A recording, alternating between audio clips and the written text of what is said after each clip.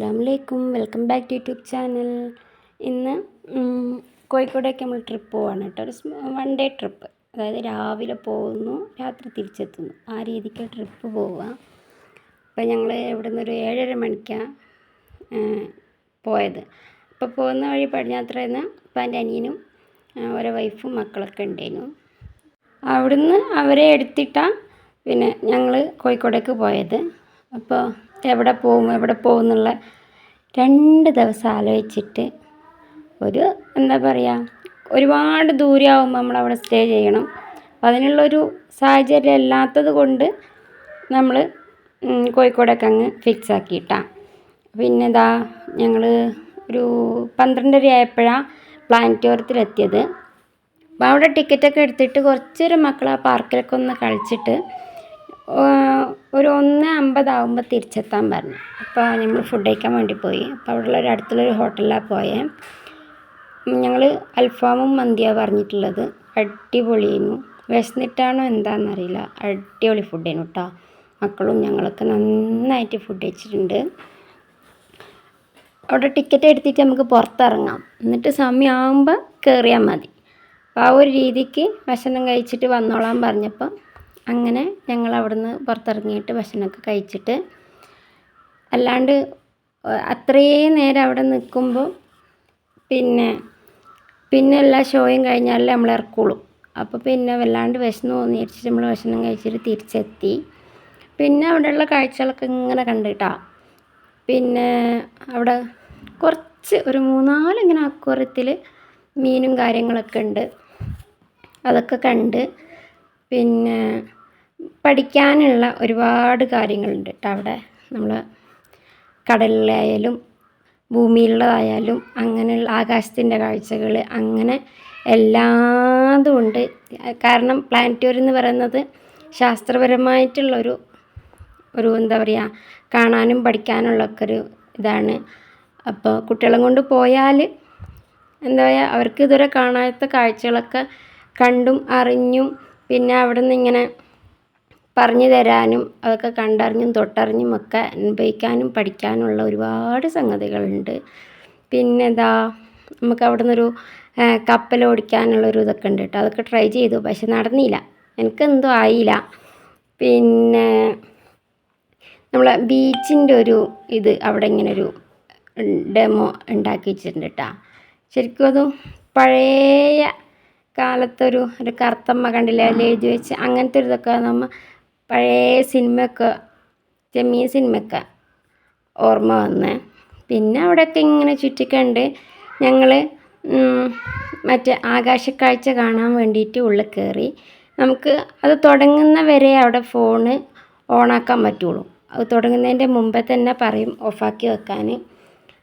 പിന്നെ അത് കണ്ടിട്ട് നമ്മൾ 3D കാണാൻ പോയിട്ടാ. 3D കാണുമ്പോൾ പിന്നെ ഫോൺ ഓഫാക്കണമെന്നൊന്നും പറഞ്ഞിട്ടില്ല. പിന്നെ നമ്മൾ തുടങ്ങുന്നവരെ ഇങ്ങനെ സെൽഫിയും ഫോട്ടോസൊക്കെ എടുത്ത് നിന്നു. പിന്നെ 3D കണ്ട്. 3D എനിക്ക് അത്ര അങ്ങോട്ട് ഇഷ്ടപ്പെട്ടില്ല. ദിനോസറിൻ്റെ ഒരിത്. പിന്നെ അവിടുത്തെ മിററിൻ്റെ ഒരിതുണ്ടായിരുന്നു, അതെല്ലാവർക്കും നല്ല ഇഷ്ടമായിട്ടാണ്. കാരണം എവിടേക്ക് അങ്ങോട്ടാണ് പോകേണ്ടതെന്ന് അറിയാണ്ട് വഴിതെറ്റിയിട്ടുള്ള ആ ഒരു എന്താ പറയുക, എല്ലാവർക്കും ഭയങ്കര ഒരു അത്ഭുതം പോലെ. അവിടെ ഉള്ളിൽ കയറുന്ന പോലെയൊക്കെ കേട്ടോ, വഴിമാറിയിട്ട് ഇങ്ങനെ ഭയങ്കര ചിരിയും കാര്യങ്ങളൊക്കെ ആയിരുന്നു. അപ്പം മക്കൾക്കായാലും നല്ലോണം ഇഷ്ടപ്പെട്ടിട്ടുണ്ട്. പിന്നെ എൻ്റെ ചാനൽ ആദ്യമായിട്ട് കാണുന്നവരാണെങ്കിൽ ലൈക്ക് ചെയ്യുക, ഷെയർ ചെയ്യുക, കമൻറ്റ് ചെയ്യുക, സബ്സ്ക്രൈബ് ചെയ്യുക കേട്ടോ.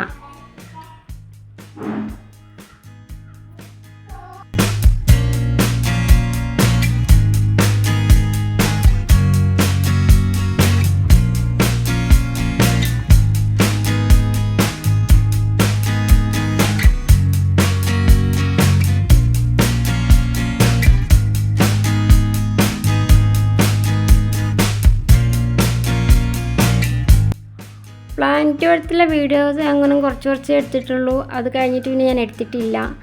പിന്നെ വന്നിട്ടുള്ളത് മിഠായി തെരുവിലാണ്. അവിടെ വരണമെന്ന് എനിക്ക് വലിയൊരു ആഗ്രഹമായിരുന്നു കേട്ടോ.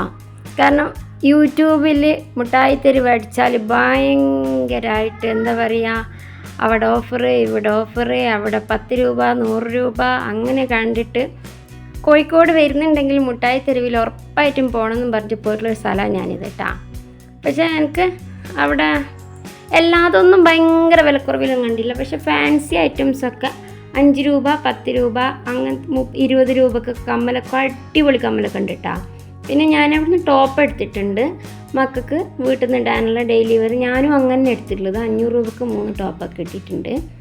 പിന്നെ ബീച്ചിൽ വന്ന് ഒരു 4:30-5 മണിക്ക് അങ്ങനെയാണ് ബീച്ചിൽ വന്നത്. പക്ഷെ നമ്മുടെ നോർമലി ഇറങ്ങുന്ന അവിടെ ബീച്ചിലൊന്നും ഇറങ്ങാൻ പറ്റിയിട്ടില്ല. എന്തായാലും ബീച്ചിൽ കുറേ നേരം അവിടെ നിന്ന്, കാരണം ആ ഒരു വെള്ളത്തിൽ മക്കൾ കളിക്കുകയും. പിന്നെ ഞാൻ അവിടുന്ന് ബീച്ചിൽ ഇതുവരെ ട്രൈ ചെയ്യാത്തൊരു സാധനം ഐശ്വരതി, അത് ട്രൈ ചെയ്തു. പക്ഷെ വാങ്ങണ്ടേനൂന്ന് വിചാരിച്ചൊരു സാധനമാണ്. എനിക്കതൊന്നും ഇഷ്ടപ്പെട്ടില്ല, കൂട്ടത്തിൽ ആർക്കും ഇഷ്ടപ്പെട്ടില്ല. പിന്നെ വാങ്ങിയതല്ലേ എന്ന് വെച്ചിട്ട് കഴിച്ചു. പിന്നെ അവിടുന്ന് മാങ്ങയും പൈനാപ്പിളൊക്കെ കഴിച്ച്, അതൊക്കെ നോർമൽ, അതൊന്നും ഒരു കുഴപ്പമുണ്ടായിരുന്നില്ല. പക്ഷേ ഐശ്വര്യതി അത്ര അങ്ങ് ഹൈപ്പിനുള്ളത് അങ്ങോട്ടായില്ല. ഞാൻ കുറേ വീഡിയോസിലൊക്കെ കണ്ടിട്ടുണ്ട് ഐശ്വര്യതി ഭയങ്കര, എനിക്കിഷ്ടപ്പെട്ടില്ല. എന്തായാലും ഇഷ്ടപ്പെടുന്നവരുണ്ടാവും കേട്ടോ, ഞാൻ അതിൻ്റെ കുറ്റം പറഞ്ഞൊന്നുമല്ല. എനിക്കിഷ്ടപ്പെട്ടില്ല, കൂട്ടത്തിൽ ആർക്കും ഇഷ്ടപ്പെട്ടില്ല. അതുകൊണ്ട് ഞാനത് വെള്ളമാക്കിയിട്ട് അങ്ങ് കുടിച്ചാൽ അത്ര. പിന്നെ അവിടുന്ന് ഐസ്ക്രീം അവിടെ കണ്ടതൊക്കെ വാങ്ങി കഴിച്ചു. കാരണം ബീച്ചിൽ വെള്ളത്തിൽ കളിയായി, പിന്നെ ഫുഡ് കഴിക്കൽ, ഇതാണല്ലോ മെയിൻ. അവിടുന്ന് ഒരു 7 മണിക്ക് അങ്ങനെ പോന്നിട്ടുണ്ട് ബീച്ചിൽ നിന്ന്. പിന്നെ വരുന്ന വഴിക്കൊരു ഹോട്ടലിൽ കയറിയിട്ട് ഫുഡ് കഴിച്ചിട്ടാണ്. ഞാൻ ബിരിയാണിയാണ് വാങ്ങിയത്, പക്ഷെ വേണ്ടിയില്ലെന്ന് തോന്നി, കാരണം അട്ട ഫ്ലോപ്പായിരുന്നു. പിന്നെ പക്ഷെ പൊറോട്ടയും ബീഫും ചിക്കൻ കറിയും വാങ്ങിയിട്ടുണ്ടായിരുന്നു. അപ്പോൾ അവിടുത്തെ പൊറോട്ടയും ബീഫും പറയാണ്ടിരിക്കാൻ വയ്യ, അടിപൊളി. പിന്നെ ഫുഡൊക്കെ കഴിച്ച് അവിടുന്ന് കടലമുട്ടായൊക്കെ വാങ്ങി തിന്ന് വീട്ടിലേക്ക് തിരിച്ചു പോന്നു കേട്ടോ. ഏതായാലും നല്ല സന്തോഷത്തിലുള്ള നല്ലൊരു യാത്രയായിരുന്നു. നല്ല ഓർമ്മകളും കളിയും ചിരിയായിട്ട് ഈ യാത്രയോടെ അവസാനിച്ചു.